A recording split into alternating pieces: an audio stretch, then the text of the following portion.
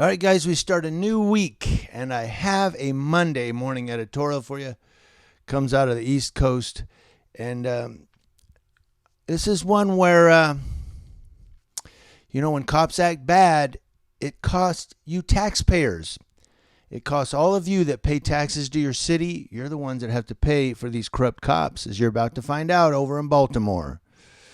Thank you to WTOP.com for this story.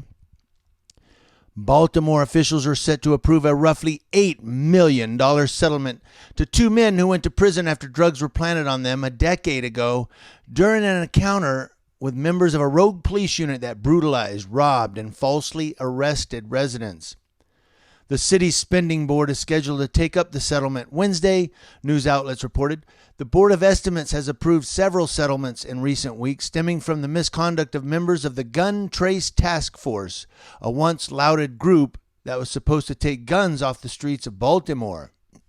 The settlement for Umar Burley and Brent Matthews is the largest settlement in connection with the task force and surpasses the amount paid in 2015 to the family of Freddie Gray, a young black man who died a week after he was critically injured in police custody and whose death led to civil unrest. The proposed payment includes $6.3 million for Burley and Matthews, as well as a $1.8 million to pay off a lien due to the estate of Elbert Davis, which sued Burley.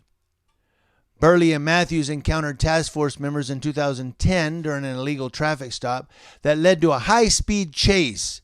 Burley crashed with another vehicle, killing Davis. Burley spent 7 years in prison, while Matthews served 2.5 years behind bars.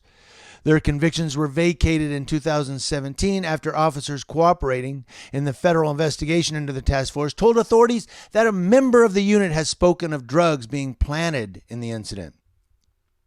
The men's attorney, Steve Silverman, said in a statement, Mr. Burley and Mr. Matthews were overtly and undeniably framed by a conspiracy of at least 4 police officers.